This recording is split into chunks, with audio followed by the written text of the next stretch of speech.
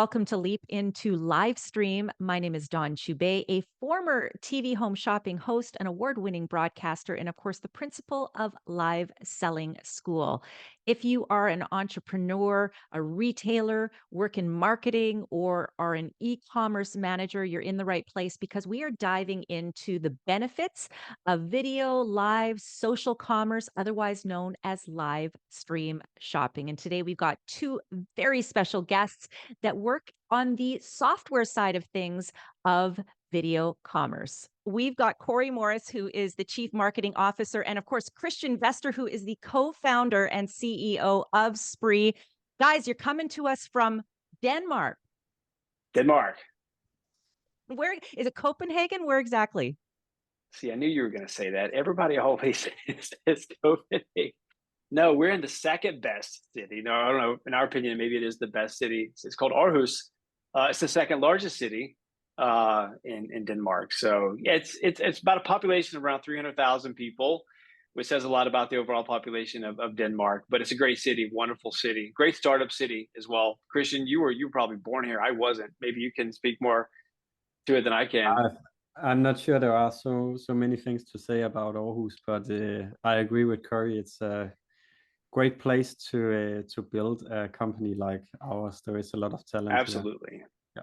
Amazing. Well, we are talking about company. We're talking about a software company. And because this is Leap into Livestream, we get a lot of people, at least on my end, Christian and Corey, that have questions about the tech that can be available to them to increase their conversion. So let's start right from the beginning. What exactly is SPRII? Yeah, thank you. I can start. SPRII is a software company, as you're saying, and we are the company that makes it possible to make shoppable live streams on social media, and it's on Facebook, Instagram, and also on your own website, or if you have an app or things like that. And I think another unique part of it is that you can multi-stream to several Instagram and Facebook pages at once. And that's also a part of why we are called SPRII, because we are spreading the content to several platforms. And so to that point, maybe Corey, you can take this on because we talk about the upwards of 30% conversion over traditional e-commerce. And I think when we use the term live stream, we think of that as this big world of live stream, but it is really that ability to buy in show with software like what you offered that gives us that actuality of that potential for that 30%, right? Yeah, it's the accelerated sales funnel, if you will, if you want to use that vernacular, because you're sitting there on your sofa, you're scrolling Facebook, Instagram, and suddenly this live show pops up. You have someone telling you about a product, demonstrating a product. I can ask questions real time. So that's why we're actually seeing conversion rates up to 60%. Oh. And that's people who are actually watching the show who actually end up buying stuff. And then we even see checkout rates of 60%. So basically people who put stuff in their basket, up to 60% of those convert. Now, obviously that number doesn't mean anything unless you have a point of reference. So traditional e-commerce conversion rates are around 2.5%. So 60% is a bit of an increase.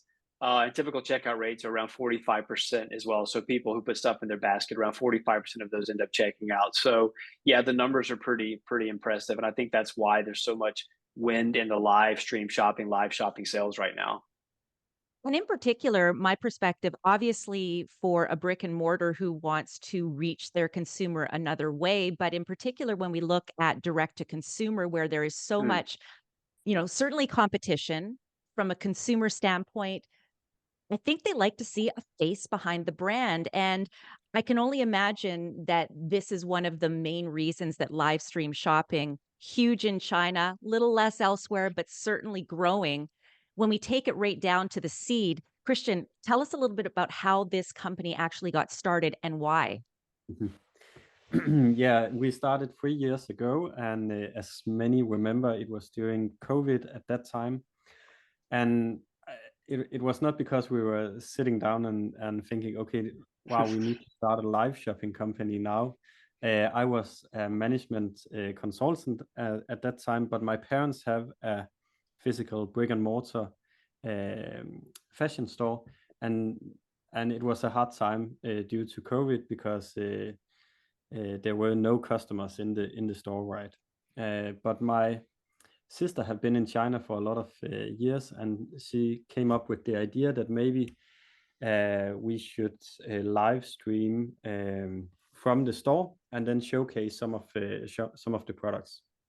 And on the first live stream, it was just to Facebook. I think 25 people were watching, and my mother, who was the host, she became very emotional, because wow, now there were suddenly some customers in the store virtually, right? And then the next show came, and then 100 were watching, and then the third, and so on. And at the end, there were 500, 1,000 who were watching this small store from a tiny city compared to Aarhus. But the problem was that there were no software that could handle that people wanted to buy, so it was very manually.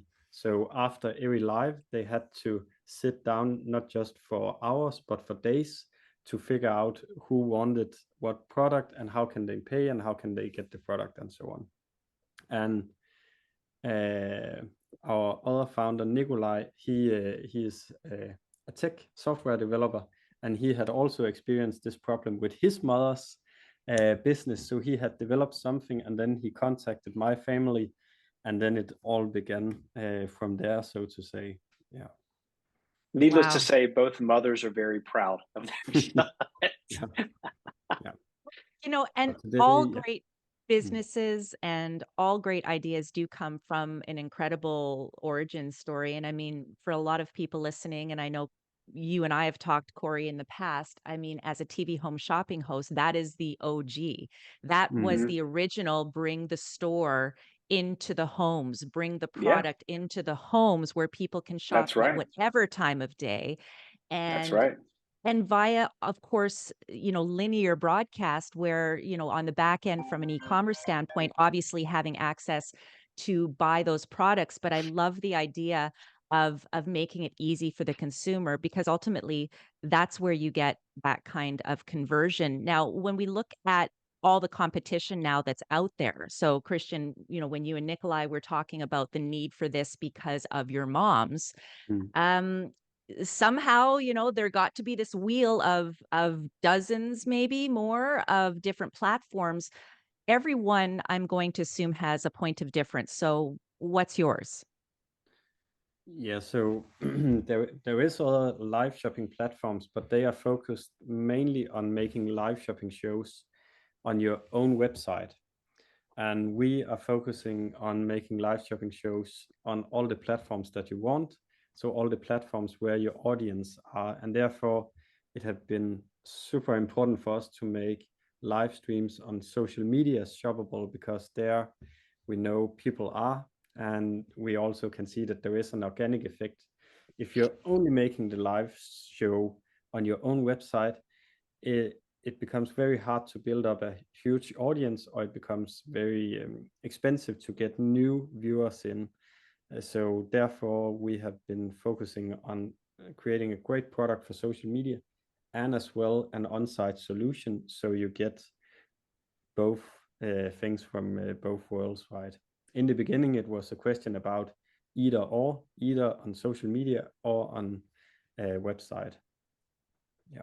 But Corey, now there's the residual effect as well, because you can go live, but then now out of that live, you've got content that you can repurpose. Yeah, absolutely. Absolutely. I mean, not only can you go live, you can go live on multiple channels at the same time. So this video that we're recording on now, let's assume that this was a live shopping video.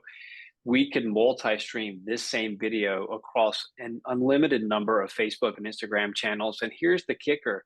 If you and I were working with an influencer who was outside of our company, we could also stream it to their channel at the same time. So really, the unfair competitive advantage is the fact that we can multi-stream simultaneously, and that these videos are shoppable, because a lot of our competitors are also just driving that back to the website. But then you have to go to the website, you have to find that product, you have to put it in your basket. These are unnecessary friction points. So what we've managed to do is use something as simple as buy codes, and the comment functionality built into social media. So basically, a company says that, hey, you want to buy this really nice SPRII water bottle, which is a great water bottle, by the way. Then you could just write bottle A. So I write bottle A into the comment, and that puts this bottle into the shopping cart for you. And that's what makes a seamless user experience. That's also why we're getting really good conversion rates. And to your point, yes, that same video, that's content. That's golden content. And that content can also be reused, repurposed, recycled for so many reasons. One of the things that we really love talking to companies about is using that video on the product display pages. So often when you go to a website today, this is also why I feel a lot of websites are struggling, is because they're really static, boring, with all due respect, soulless experiences. So I want to go in there, I want to meet somebody. Now, this may not be live, but you can actually look on that product and actually see where somebody talked about it in a live shopping experience. And this is where I see a big shift in the way we're thinking about e-commerce. We're taking some of that personality that you're used to getting in a brick and mortar store, and then we're merging it with live shopping to bring that more into a wholesome, more dynamic shopping experience.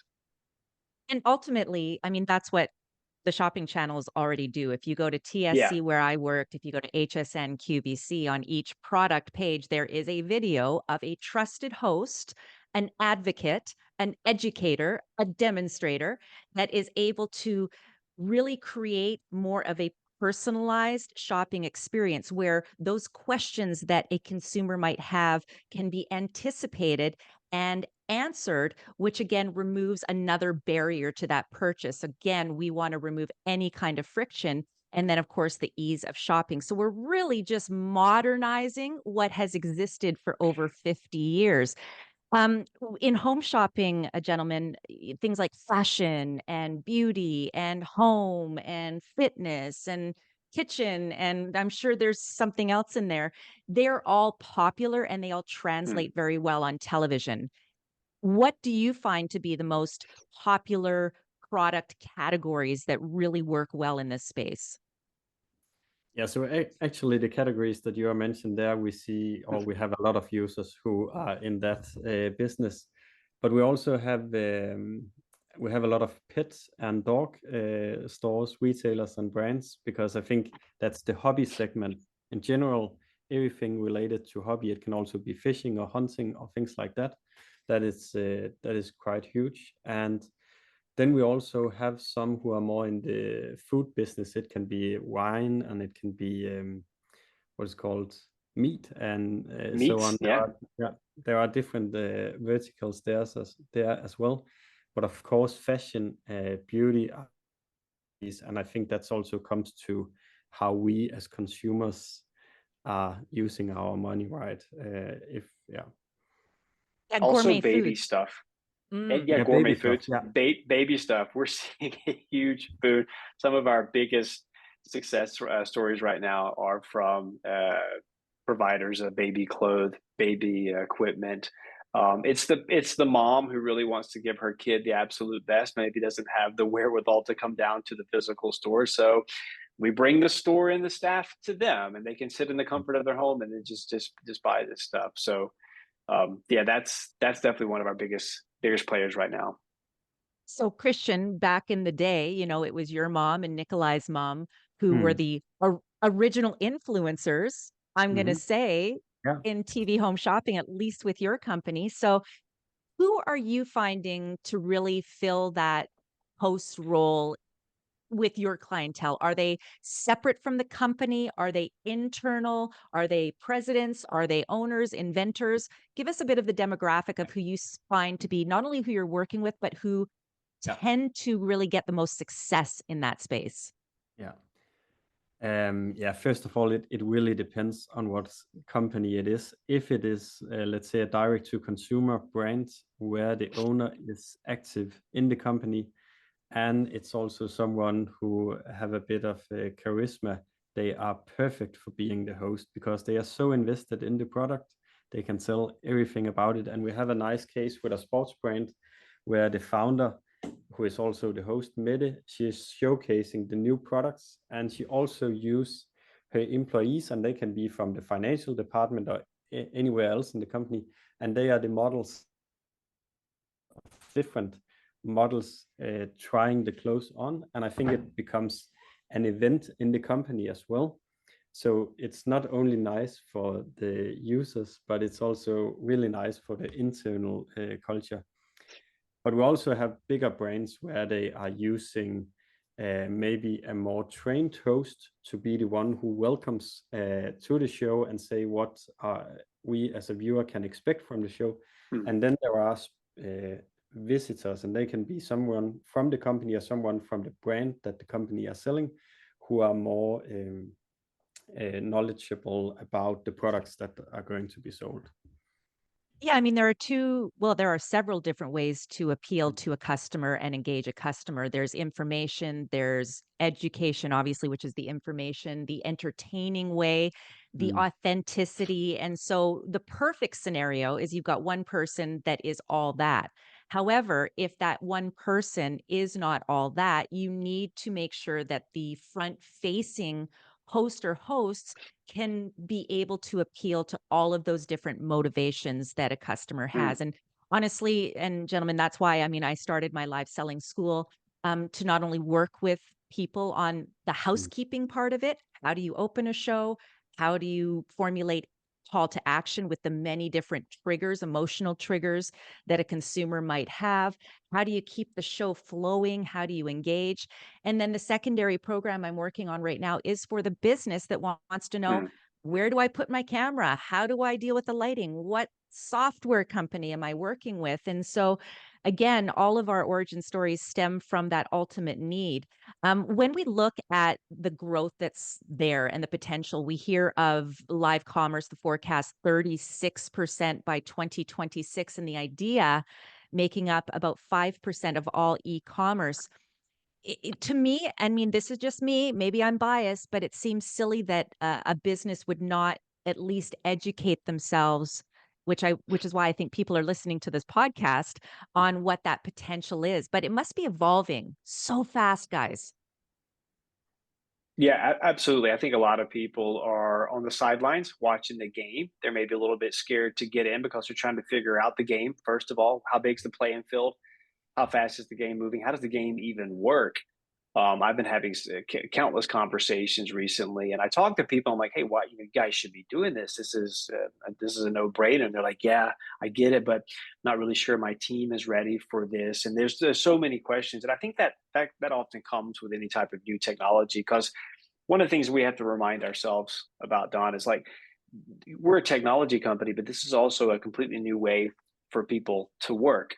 Where does live shopping fit into an existing organization? I mean, there's not an existing live shopping department. Does it sit with marketing? Does it sit with sales? And goes back to your question before, who do I put in front of the camera? And let's be honest, the fear of public speaking is one of the biggest fears, right? So it may not be that easy to find that person. But I do think that once people dip their toe into this and they realize it's really not that difficult, you don't need a really big technical setup. All you really need is your phone, a motivated person to get in front of the phone, and a technology like SPRII, then you can really get started. So that's why we always tell people, it's like, get started, you can get ahead of the competition. But I understand where people's reservations are coming from because it's a new way of doing things. Well, starting scared is not a bad thing. For any No. entrepreneur, and that's not my original line. Esther Ifra, she runs a direct to consumer clothing store, resort wear, and she's Mm, engaged in Livestream shopping. And for her, her big, she's got obviously her KPIs like everybody, but it wasn't conversion as being primary. It was about connection. It was about yep, being a leader in this space and to be able to master it before everyone else starts to jump on board and yep, becomes her competition, because now she's in yep, the lead. And then she said, it's just fun. She's yeah. having a blast doing it. She's got a model. She hosts them once a week. And to your point, Christian, I love the idea of utilizing, if it's possible, your employees and teaching your employees this skill, because this now gives that motivation to go beyond the Mhm. norm. So when I look at the format and the framework, a run of show is incredibly important in my opinion, but I think there's often this mindset, in particular with that influencer crowd, that thinks, well, that's going to take away my authenticity. That's going to take away the spontaneity. But the reality, it's all in the planning, isn't it? Yeah, absolutely. We spend so much time talking to people. It's like obviously the simplicity in terms of technology is really you press a button and you're live, but it's all the work that you do before that. There's obviously, what is it we're going to actually do in this live show? What is our goal? Are we trying to build awareness? Are we launching a new product? Are we trying to get leads? If we have for example, a travel agency that does live shopping because they're trying to uh, promote different destinations and then hand those off to their sales teams. So once you have a plan, once you have a strategy, a goal in place, then it's Mm. also about the promotion that you have to do before that. Yeah, so I would say that like 80% of it is probably the planning. It's like, what do you do before you actually turn on the camera and go live? And then obviously the 10% is just executing on everything that you've planned. And then there's obviously the 10% that's all based upon what you do afterwards, because there's a huge follow-up component as well. Yeah. Yeah, you don't want to leave anything to chance. You've got the pre, the during, and the post. Mm. Absolutely, absolutely. There will be people who maybe want to buy a product and then that product is suddenly not available. And if somebody doesn't complete a purchase, then you can tell that individual, hey, that product that you tried to buy isn't. There's lots of things that you can do. And also make sure that you get these people to sign up for reminders so that next time you go live, you can remind them directly in Facebook or Instagram, instead of having to use, for example, a lot of money on advertising or email or whatever. And that's also a good way of maintaining and growing your customer base. Mhm. Which is why it was funny to me when you said, is it, there's no live shopping departments. Is it sales? Is it marketing? And the reality is it's both. And I fully believe at some point, the larger companies at the very least, maybe the smaller companies won't be able to have entire departments around it, but it really is a complete strategy on its own that works to complement not only your existing marketing strategies, but it's a totally different talent, although based so much on existing sales techniques and marketing techniques. So from start to finish, someone says, I want to host live stream shopping events. I'm going all in because I want that 30 or 60% conversion. What Mm. would be the timeline from start to finish of being able to execute, in theory, that first show? I would probably start by asking them some questions, because we have to be honest here. Not everybody can just start going live tomorrow and be instantly successful. They can be successful over time. But for us, what we've discovered, and feel free to chip in here, Christian, is that you not only have to have a fairly significant social media follow, have really good, deep engagement with that community, because that's our sweet spot. Is that you've built this huge social media following, but you've yet found a way effectively what we're helping people do. But if you don't have a fairly significant social media following, and if you don't have engagement, then just by doing live shopping tomorrow doesn't mean you're going to be instantly successful. So I think that's where I would start. Christian, I don't know if you have any thoughts to add. Yeah, so in terms of technology, we can be live tonight, right? If you're having a quite simple web shop setup, we can integrate to that. So it's more about, okay, so what your purpose with live stream shopping, and it can be different over time. So if it's a retailer, they will already have some kind of campaign role for the year, and I think a lot of the live shopping shows can tap into that and feminize the lives due to that, so it can be a part of those existing campaigns, and then there is a lot to learn from there. Yeah, so it's the processes, or the things that is important to consider is more about what do we want to achieve and how can we achieve it. Yeah. Yeah, and I mean, ultimately being ready and coming out with a bang, right? But Mm. understanding that you're going to get lots of data that you're gathering, right? Yeah. Both about consumer behavior, what they want, what they need, but also what it takes to create a new shopping behavior for people. Yeah. Yeah. Then over time. So from somebody who is thinking it's a one and done, the reality is No, you have to get back on that horse, even if you only have 25 people watching, because eventually, like Christian, you said, then you'll get 50, then you'll get 100, then you'll get Mm-hmm. 1,500, right? Mm-hmm. Yeah, because it's not only new for you as a company, it's also new for your community, for your this is a new way to engage with you. Not only is it just going down to the store if you're a brick and mortar or visiting you on your website, but now there's a new opportunity for you to interface with them. And that takes time, getting people to your live, but also educating them on how to buy things, how to engage with you on your live shopping. So there's an educational piece there that definitely has to be done. But that's why we spend so much time on market education right now. Because I mean, the technology is great, technology works, but educating the market, both sides of the market, I would add, how to use this is really important for us. But these are also the tools that we need to put in the hands of our customers so that it's easier for them. These are the enablers that we're spending a lot of time working on. Probably yourself, Don. Yeah, it's exactly why I started Live Selling School. It's exactly why I am hosting this podcast and Yep. creating additional content, because we want to make the mystery go away. And then with every problem solved, there's another thing that we have to solve after that based on that data and those learnings. But this is what it's like to be a pioneer. And SPRII, definitely a pioneer in this space. Thank you so much for taking the time. We could keep talking forever, but this is just the tip of the iceberg. If It anyone wants is. to learn more about SPRII and how to work with you, and also to learn a little bit more about the companies that are currently live shopping, how can they find that out? They can go to our website. So that's sprii.io, sprii.io. Tons of information there.